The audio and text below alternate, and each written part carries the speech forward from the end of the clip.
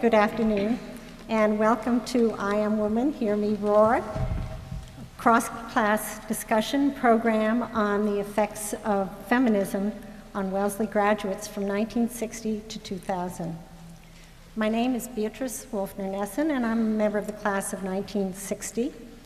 And this is very thrilling to be able to introduce this program. It's a first for Wellesley Reunion. It's the first time that we know of that there's been a program, multi-generational, multi-class, and inter-class program. And we truly hope that this is a beginning of a new tradition.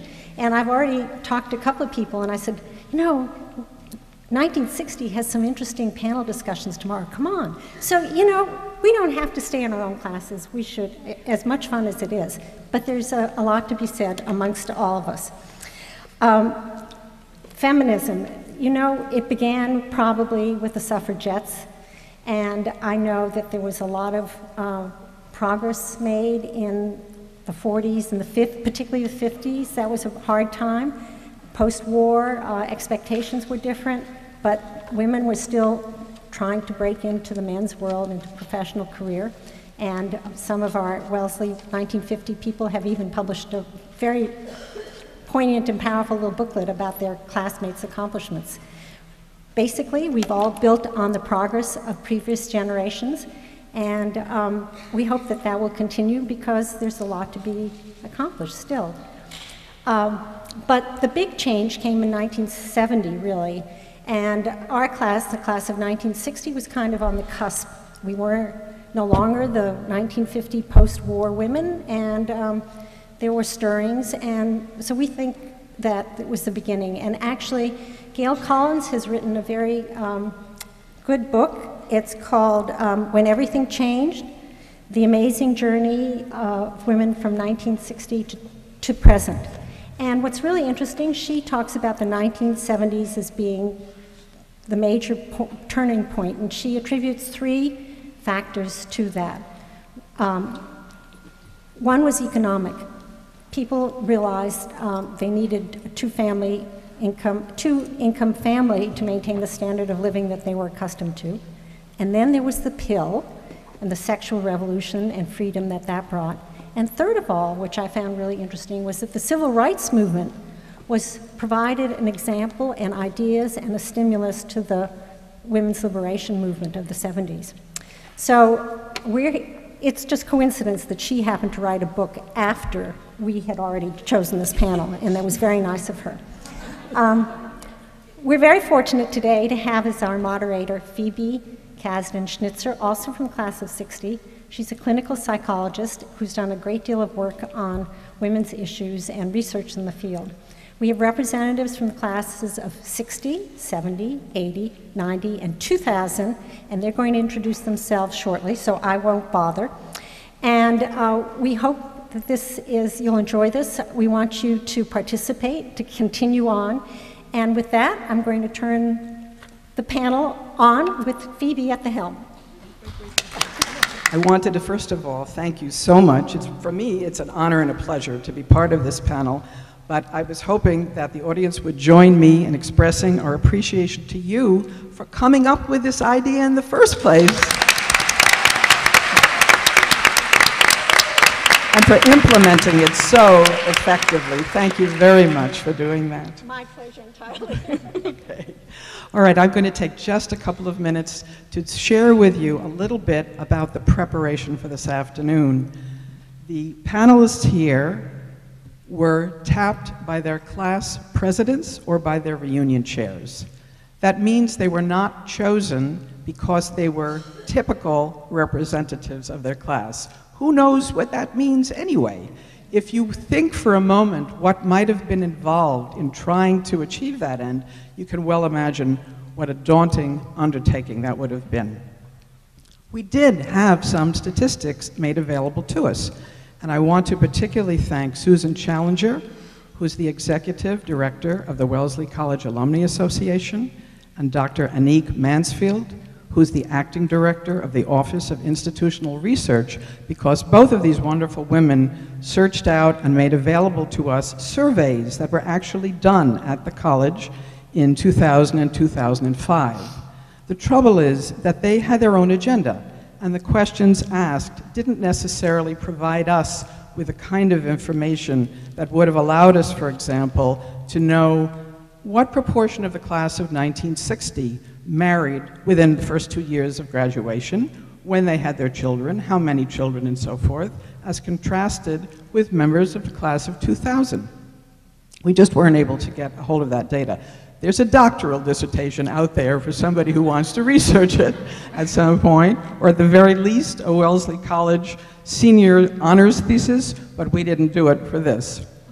So what it means is that the panelists will be sharing with you their individual perspectives. They will be speaking for themselves.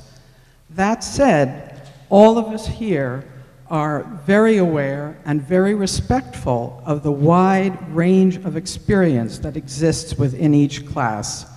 So the challenge for you this afternoon is this: while you're listening to the individual perspectives, to hold in mind that on the one hand, you will be respectful and honor the individual perspective, but at the same time, be aware of the fact and know that we were aware that what you're listening to is one pathway among many possibilities, one set of solutions among many possibilities to the challenges of the time.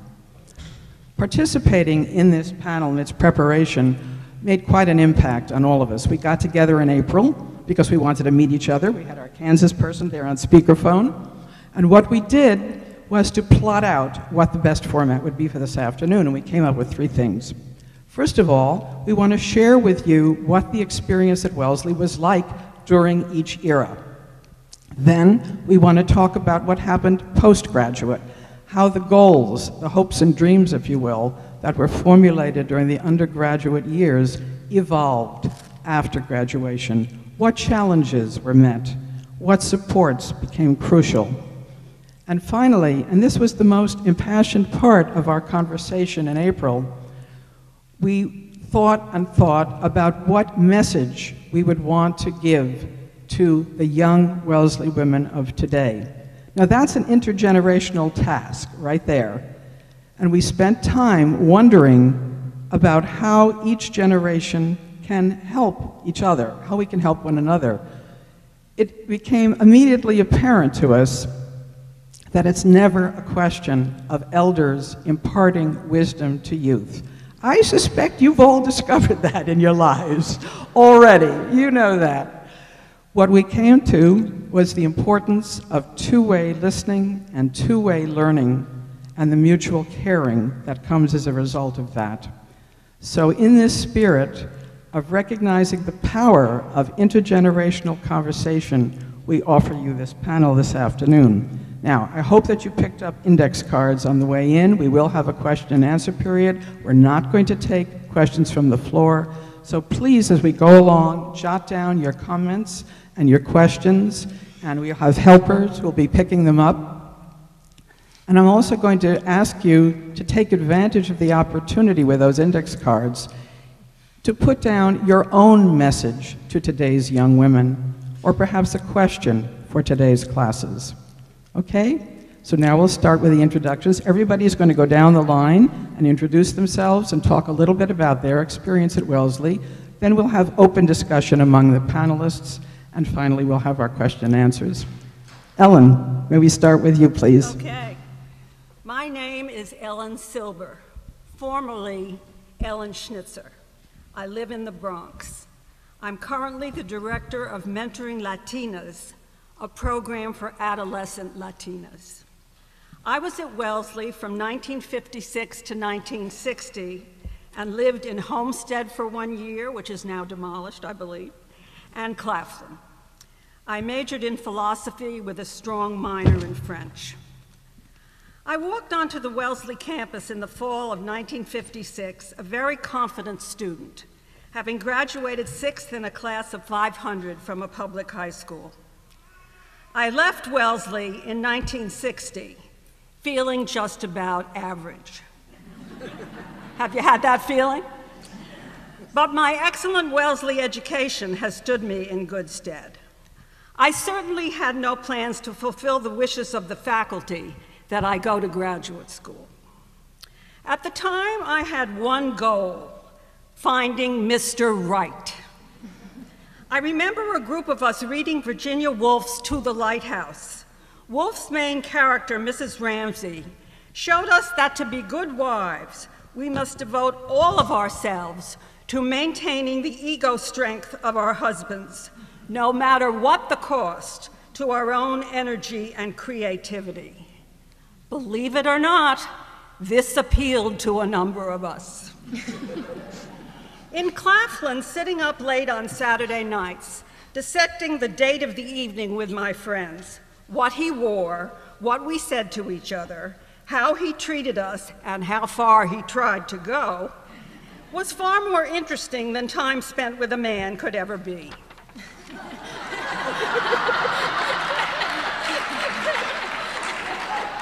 Although I probably didn't admit it to myself, I was much closer to my friends than to my boyfriend. I married Al Silber in November of 1960, having known him for less than 6 months, and assumed that everything in my future would be intimately related to him. Al, who is in the audience, is a strong, intelligent, caring guy who understood very fast that he did not want to be the sole object of my attention and my energy. He insisted, and I mean insisted, that I go back to school for a master's degree. I chose French, and then he encouraged me to enroll in Columbia's PhD program in French language and literature. Thinking I'd never get through it, I started anyway. Our son, Kenny, was born in 1968, shortly after I handed in my dissertation. And his son, Joshua Aaron Silber, was born this year. I taught French at Marymount College and founded a women's studies program. When the college closed in 2007, by the way, I will say it, a sexist act by Fordham University, I took my Mentoring Latinas program to Fordham. They hired me, believe it or not. Passionate about the future of adolescent Latinas, with my staff, I introduced teenage Latinas to Latinas in college who become their role models. To go back to the theme of this panel, without feminism, this would not have been my story. Thank you. Thank you.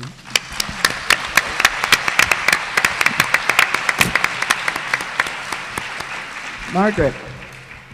I'm Margaret Thomas. I live in Kansas City. I had a long marriage, but I'm currently divorced. I had a long research career, but now I'm a volunteer. I have 2 grown children. My years at Wellesley were 1966 to 70. The feminist movement was going mainstream, from dorm mothers, parietals, and curfews, to getting prescriptions for the pill from the infirmary. Rules were changing fast. But the feminist movement was just part of the tsunami of change in those years, the wave that included civil rights, Black power, Vietnam protests, and the beginning of the environmental movement. A lot of us were both critics of the establishment and starry-eyed optimists when we graduated.